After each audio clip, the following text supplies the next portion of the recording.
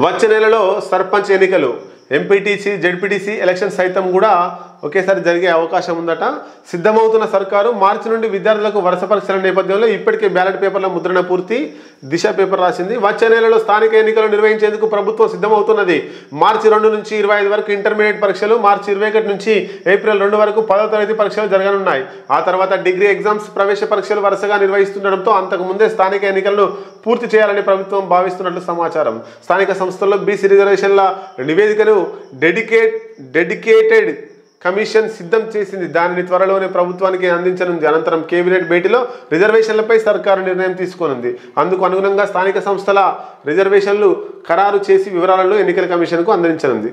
అటు పథకాల అమలు, ఇటు ఎన్నికలు. మొత్తం మీద 26 తారీఖు నుంచి రేవంత్ రెడ్డి రైతు భరోసా, ఇంకా రకరకాల రేషన్ కార్డులు అవన్నీ ఇస్తా అంటుండు, పెన్షన్స్ ఇట్లా. మరి దేనికి అంటే వాస్తవంగా ఎలక్షన్ టైం దగ్గరికి వచ్చింది కాబట్టి దాన్ని దృష్టిలో ఉంచుకొని జనవరి 26 నుంచి రేవంత్ రెడ్డి సంక్షేమ పథకాల్ని అమలు చేసే క్రమంలో ముందుకు వస్తున్నారు. అంటే దాని సిగ్నల్ ఏంది? ఎన్నికలు దగ్గరలో, అతి దగ్గరలో ఎన్నికలు ఉన్నాయి. తర్వాత ఎగ్జామ్స్ ఉంటాయి, 10th ఇంటర్, డిగ్రీ, తర్వాత ఎంట్రన్స్ ఎగ్జామ్స్, క్యాంపస్లో జరిగేటువంటి ఎంట్రన్స్ ఎగ్జామ్స్ ఉంటాయి. కాబట్టి నాకు తెలిసి వచ్చే నెలలో సర్పంచ్ ఎన్నికలు ఉండే అవకాశం చాలా ఉంది.